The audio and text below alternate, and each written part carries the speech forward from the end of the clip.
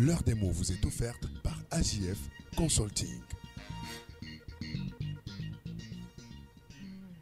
Alors Patrick Fouda, bonjour. Bonjour Fifi, bonjour mesdames et messieurs. En fait, j'ai même pris la tangente pour te retrouver du côté de Yaoundé, parce que c'était pas facile ce matin.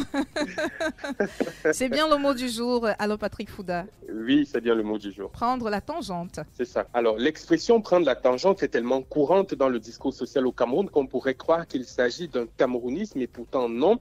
C'est une formule typiquement française. Le dictionnaire Le Robert l'a définit comme le fait de se sauver sans être vu, se tirer d'affaire adroitement. Pourquoi on en parle ce matin ? Eh bien parce qu'un artiste et influenceur, Malox le Viber, qu'aime beaucoup Aurélien, a récemment posé une question à ses followers, je le cite pour vous. Est-ce qu'on peut vraiment donner tort aux athlètes camerounais qui vont prendre la tangente au JO à Paris ? On sait déjà que certains vont couper l'air, là n'est pas la question. Mais à votre avis, peut-on vraiment les blâmer pour cela ? Nous pose la question Malox le Viber.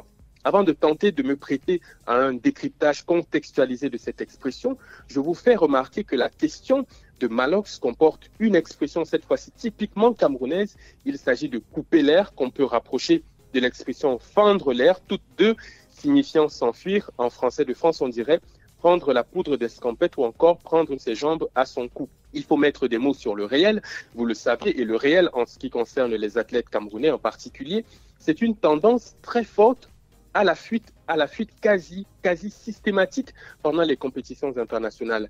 L'analyse des données issues des lectures et des entretiens réalisés par des universitaires et camerounais et français a permis d'établir une liste de 95 fuites de sportifs camerounais. Parmi ces 95 sportifs, on compte 70 hommes et 25 femmes de 6 disciplines sportives différentes qui ont pris la clé des champs entre 1994 et 2018 dans 9 pays occidentaux.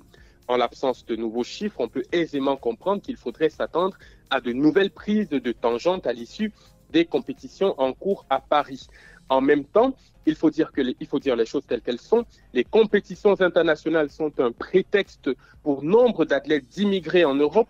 Ont-ils tort ou raison ? Je vous laisse le soin d'en parler en commentaire. Mais l'autre pan du réel, c'est que les mots qui circulent dans le discours social sont une photographie de nos mentalités, de nos réflexes une fois qu'on a pris l'avion, mais aussi réaction de nombre d'athlètes, mais aussi de citoyens aux conditions de préparation des compétitions internationales où le niveau est spécialement élevé. Clin d'œil à Françoise Mbango Etone et Francis Nganou, à qui je dis bonjour ce matin. À demain pour un autre numéro de l'heure des mots sur ABK Radio. Merci Alain Patrick Fouda.